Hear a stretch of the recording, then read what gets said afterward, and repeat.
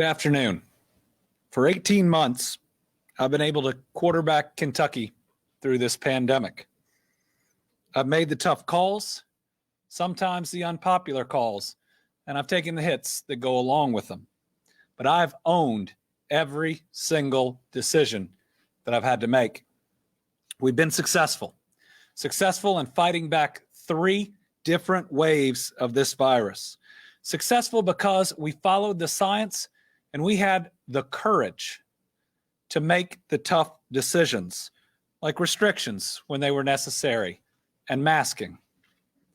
But the legislature wanted that ball. They went to the Supreme Court and said that the governor shouldn't be making the calls.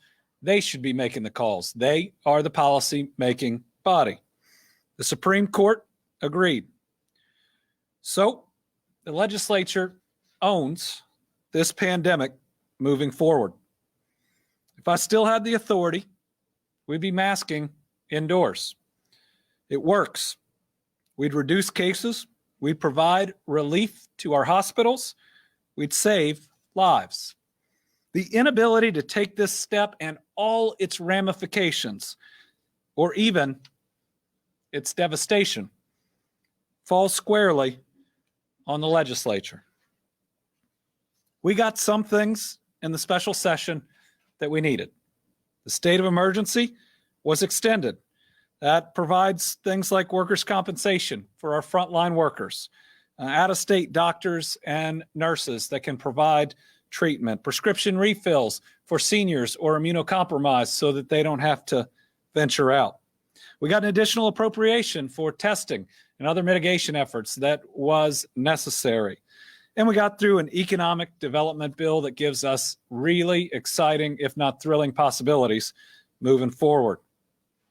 But the masking decision that the General Assembly made was wrong. And it was also a punt. Like I said, I've been willing to make the calls, to take the hits, to make the plays. And the legislature asked to go in at QB. And what did they do? They punted on first down. Again, when you're in charge, it means you've got to make the decision. This one was to push the decision to others. Instead of making the call, setting a matrix, saying when we would need to mask in schools, they now push it to local superintendents and local school boards. And let me be clear. You can't say you're pro-mask while refusing to wear one in a crowded room. This global pandemic has so far killed more than 4.6 million people worldwide. That is staggering. It includes 665,000 Americans, with nearly 8,000 of our fellow Kentuckians passing away. This week alone, we've reported the death of a 15-year-old student and a 21-year-old, and today we're going to add a 19-year-old death from Davis County to this list. Folks, we are in a dangerous place with COVID-19 right now. The Delta variant continues to burn through our population day after day. We're posting some of the highest new case numbers we have ever seen. Our hospitals are at a breaking point. We have 93 total ICU beds left statewide. That is one of the lowest numbers I think they would tell you in our lifetime. And remember, that's what's left despite hospitals opening up more and more and more of them every day. We have more Kentuckians fighting for their lives on ventilators, machines just to help them breathe, than ever before. COVID vaccines, they work. Masking works.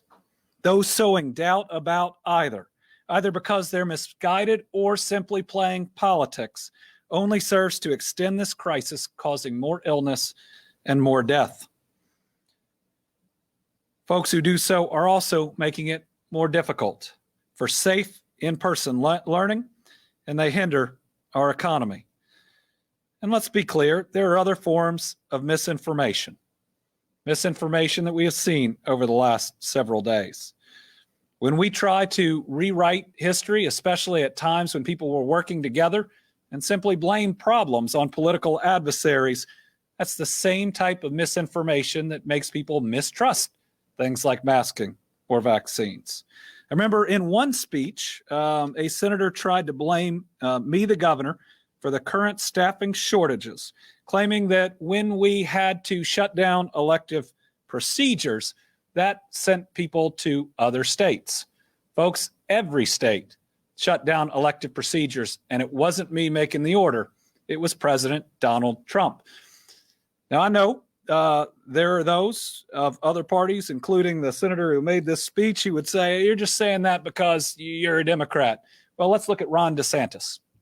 Ron DeSantis shut down elective procedures in Florida 2 days before we did here in Kentucky. And he even put in his order who told him and me to do it. It was President Trump. So that was a decision based on the science that every state did. Thus, there weren't nurses and doctors going to other states.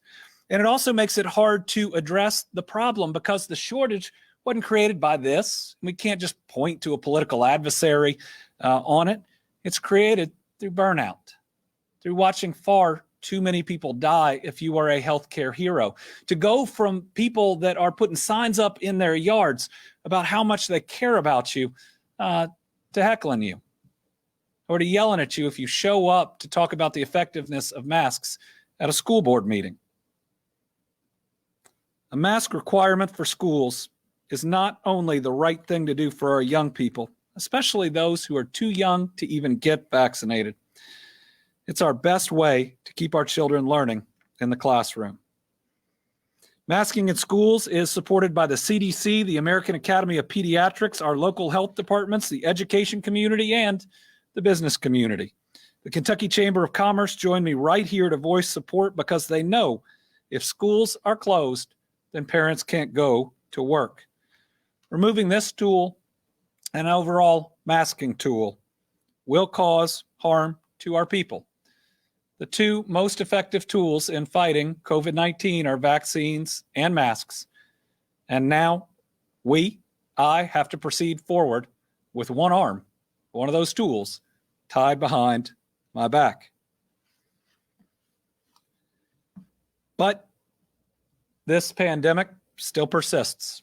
And my promise is to do everything in my power, which has been diminished and limited, but still everything in my power to help protect the lives and safety of Kentuckians.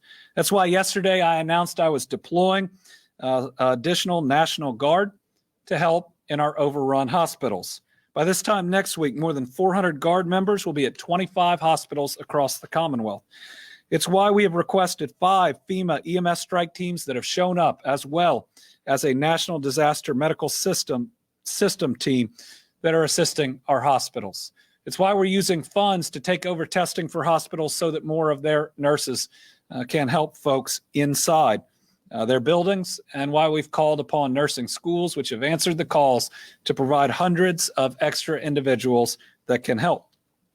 And it's why we've already been working before this session to increase monoclonal antibody treatments across Kentucky in a 2-month period, going from 204 of those treatments the week of July the 8th to 3,642 of those treatments the week of September 9th. So our path ahead is going to be more difficult. But we will continue to rise to the challenge, to do the very best we can, and to call on others to make good decisions. The weight of leading a charge against COVID-19, leading our defense, listen, it's not easy. I get that. I get that. It keeps you from sleeping. It weighs really heavily on you.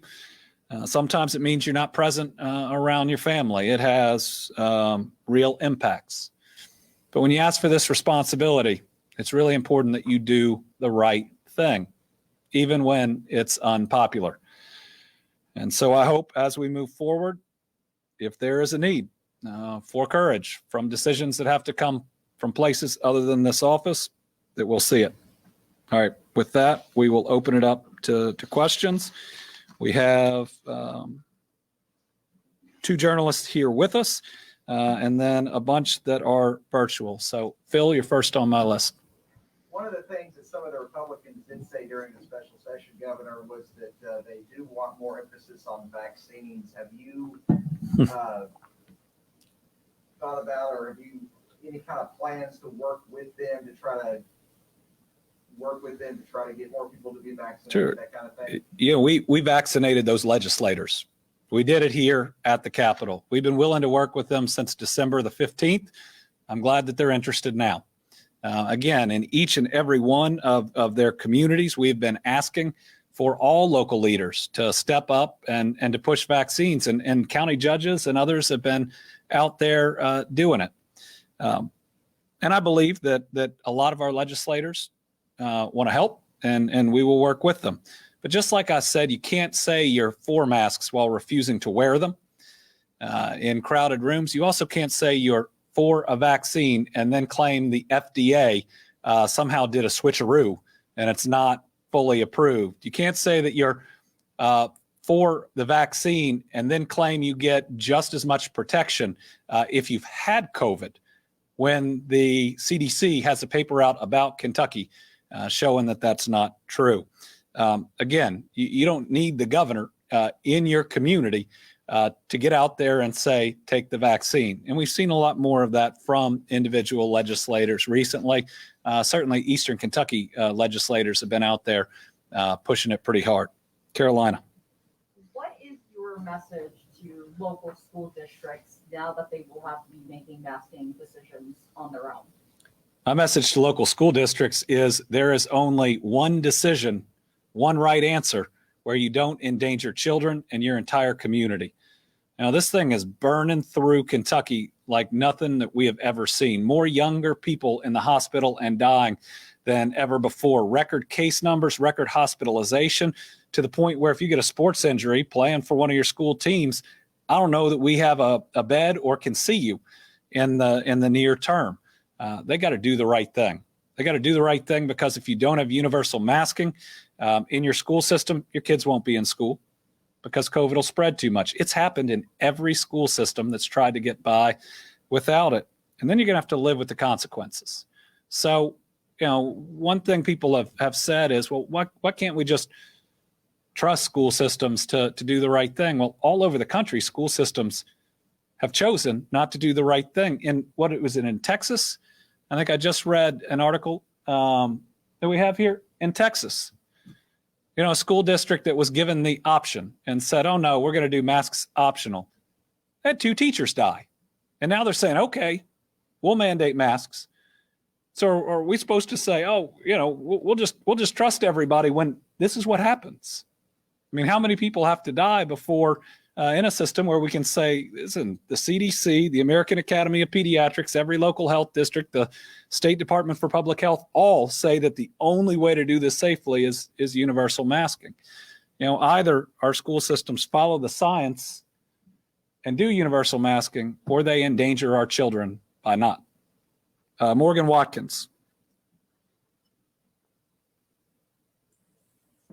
Hi, Governor. Do you feel that the legislature did enough to help hospitals and long-term care facilities, that especially the hospitals that are really, like you mentioned, at a breaking point? And was there anything that you felt like they should have done that they didn't? No, I thought we worked well on those issues. And let me say, the masking decision is a big decision. It was the wrong decision and that they made, and even casting votes on that line item veto, I truly believe is casting votes against masking that's going to hurt our people. On hospitals, on long-term care, I thought they worked very well with the administration. I think that we listened to each other. I think they wrote, for instance, the monoclonal antibody legislation in the right way, where we wouldn't poach nurses and doctors from existing facilities. So we are all doing everything that we can for those facilities. But there was some argument that we haven't been sending enough dollars to those facilities. We changed the way we reimburse at hospitals, resulting in millions upon millions of additional dollars flowing in during this pandemic. The Medicaid match has been changed, and that's resulted in more dollars from hospitals. I settled a decades-old lawsuit early on in this that sent a huge amount of additional dollars into hospitals. When we take over their testing, we pay for it, which helps out those hospitals. So we've been working directly with the Hospital Association and others, and I think they would say we're trying to move heaven and earth to help them. But I think the legislature did a good job when it came to making sure that we didn't do harm, and instead we were just in a position to help as far as hospitals and long-term care. Nick Pick from Wave 3. Hey, Governor, appreciate the time. We just got done with Dr. Polio here in Jefferson County. He's pretty concerned. Just from your standpoint, do you think we're going to make it to second semester here with school without a major issue district-wide in these schools? I think districts that engage in universal masking and continue to do everything they can on vaccinations, yes, I believe that they will make it. It's going to be a challenge. Certainly a bigger challenge for JCPS and Fayette County with all the additional busing, with the ages of the buildings, with the density, than it may be with others. But I know that JCPS is going to continue universal masking, which I think gives them the best chance moving forward. I know they needed some additional flexibility as far as individual schools and others, and they got some of that. But I got a lot of faith in Marty Polio that if it's possible, he will get it done. Joe Ragusa from Spectrum.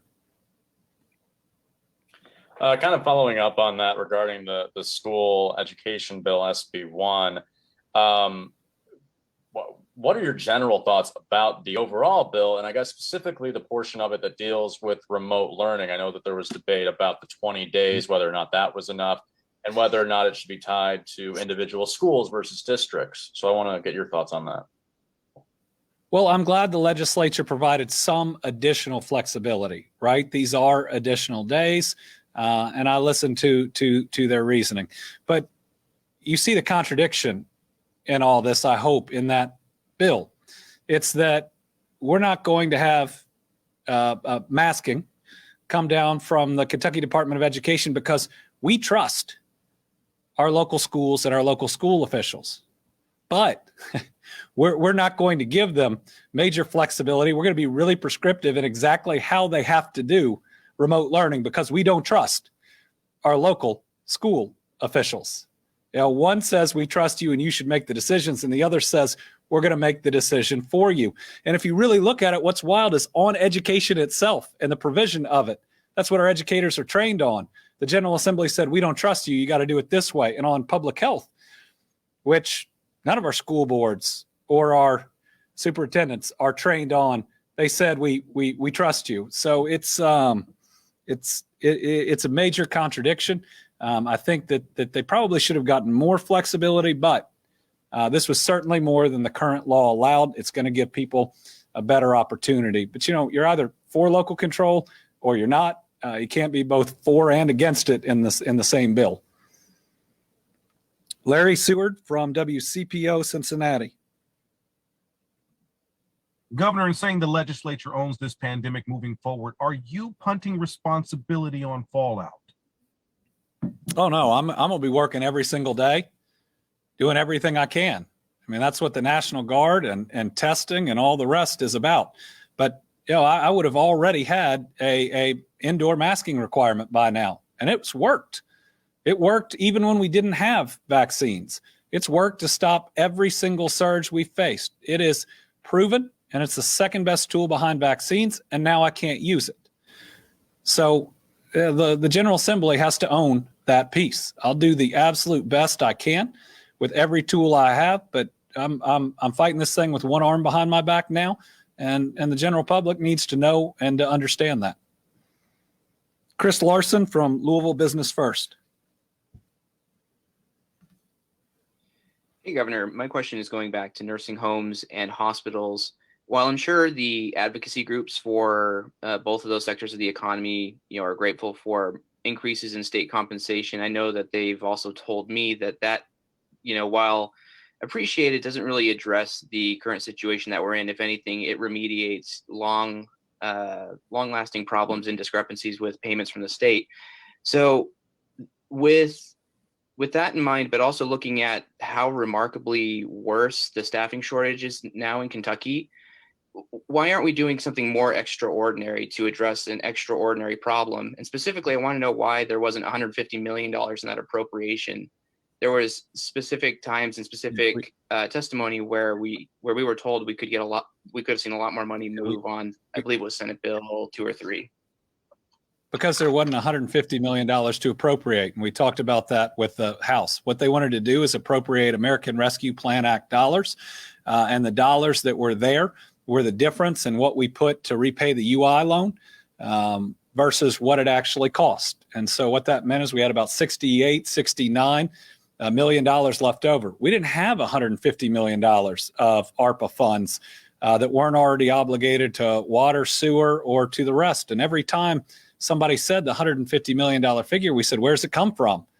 And nobody had an answer. So you can either use the dollars that are actually there or just make up a figure and throw it into a bill. We thought that we should use the actual dollars that were there. When you talk to advocates, certainly some of them in long-term care, I hope they will talk about the hundreds of millions of dollars that we have invested in everything from testing to vaccination programs, to so many other efforts that we have put in on that front. And we're fighting to help everybody with staffing. But here's what every single group would say. They're being gouged right now. It's that these staffing agencies that are out there that they're all trying to go to are going into their facilities, hiring people out of it. And then these facilities have to go and pay the staffing agency twice the rate to get the same person back. So just simply throwing money at the wages simply makes the staffing agency increase their amount there. You can't compete with a group that is gouging you based on the crisis. Again, I hope that the AG's office will at least look at what's being charged and what's being done by these temporary groups. But there wasn't $150 million there. I mean, if I'm going to ask for an appropriation, I want to make sure that the money is actually there. Josh James, WUKY. Thanks, Governor. I got my equipment working today. One idea that was debated yesterday was to put a positive antibody test on par with full vaccination. Your reaction to that? Oh, yeah, that's saying if you've had COVID, then you're just as protected as if you're vaccinated and you should be treated as such. That's false. That is misinformation. It is entirely wrong. And the CDC not only disproved that, they disproved it using Kentucky data.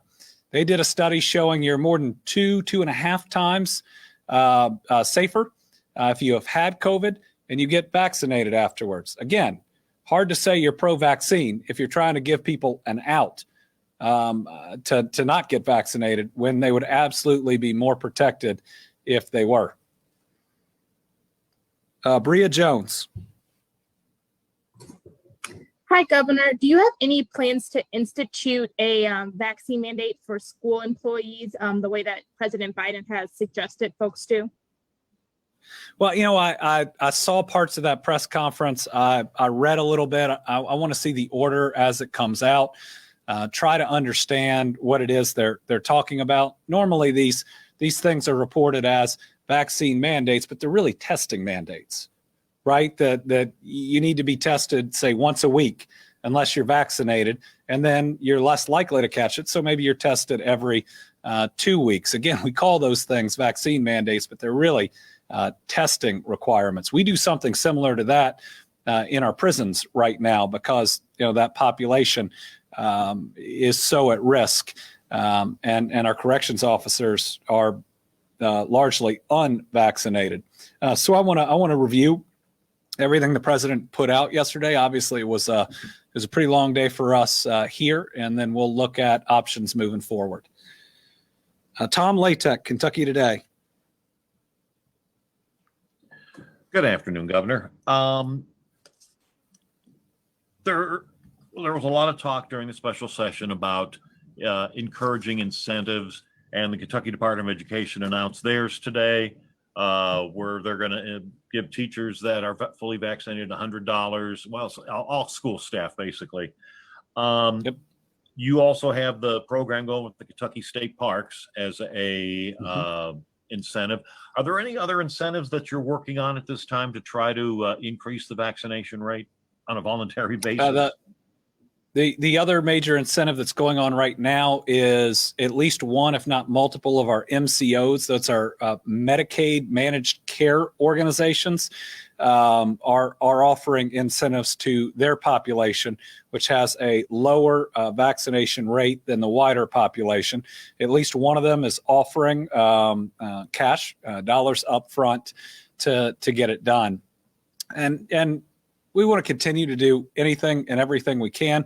Remember, we've gone everything from giving away $1 million to free soccer tickets to free pizza, which they did 8 months ago, here in Franklin County, to a lot of others. But I don't want to diminish where we are right now. And we are at a population that incentives aren't going to work as effectively as they previously did. What's going to work is people that love and care about these individuals that aren't yet vaccinated, personally calling them, personally talking to them, putting their relationship on the line with them. We're to the point where those that are so resistant are going to have to hear from somebody that loves them so much that they are willing to, again, lose that relationship if it means protecting that person. That's a really powerful thing. And we really need Kentuckians to step up and do that. I call that breaking the Thanksgiving dinner rule. But that's really where we are right now. Now, we saw the legislation, and we'll continue to work like we're doing. We've been using local coaches. You saw the ads with I think it's Pikeville's coach. We've been using Kentucky celebrities. We've been using local officials. We've been doing this for months upon months upon months upon months, and we'll welcome anybody else in who wants to be a part of it, and we'll keep it going. But I don't want to diminish where we are right now and what it's going to take, and suggest to Kentuckians that have a loved one that's unvaccinated that there's just an incentive program out there, and they'll probably get your loved one convinced. It's not where we are. We need everybody's direct help. Craig Kopp, WEKU.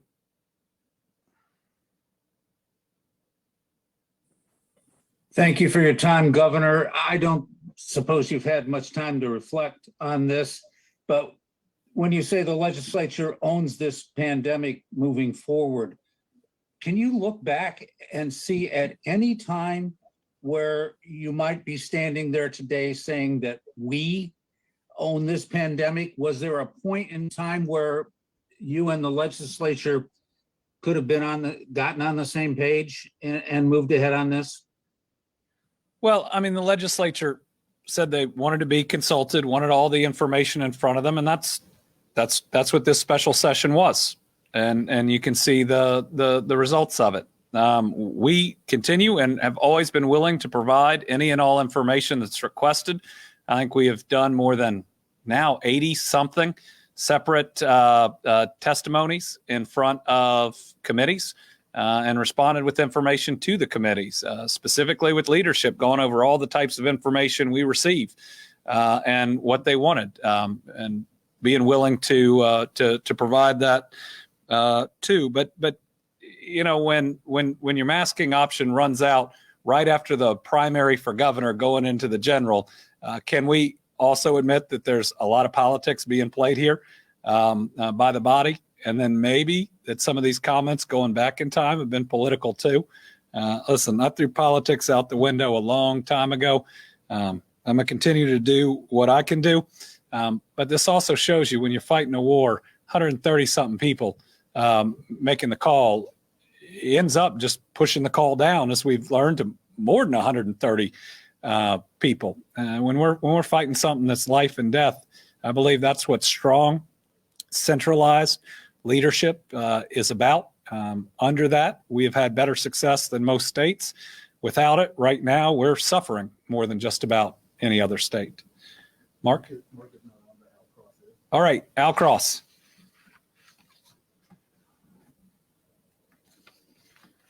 Thank you, Governor. You obviously think that people ought to be wearing masks when they're indoors in public. Would you like to see all Kentucky businesses impose a mask mandate? And have you taken any steps to try to persuade the business community to do that? Yes and no. Yes, that's a great idea. Again, we until recently were hoping that we had the authority, and what we see is a lot of businesses are already doing it. Maybe even most larger manufacturers and others, and have been doing it the whole time. But I think you're right. That is a good next place to go and a next step to take. And now that we can't do certain things, it's going to require trying to be creative in how we can get the most of a tool that's been taken away. And we can't stop trying. And I hope nobody takes that away from this. You know, am I frustrated that something that has stopped every other surge we can't now use? Yes, because that's going to harm a lot of people. But is this going to stop us from figuring out every other thing that we can do? No, we're gonna keep pushing. And businesses masking right now is also smart for their workforce. I mean, if you've got a factory floor and the Delta variant is out there and it spreads so quickly indoors and people aren't wearing a mask, you could lose a whole shift. That's why the Kentucky Chamber of Commerce was for masking in schools, because it could spread so quickly in schools, and with quarantine, those people aren't showing up for that same shift. So our productivity is also on the line when we don't do the right things. Is that it? All right. Thank you all very much.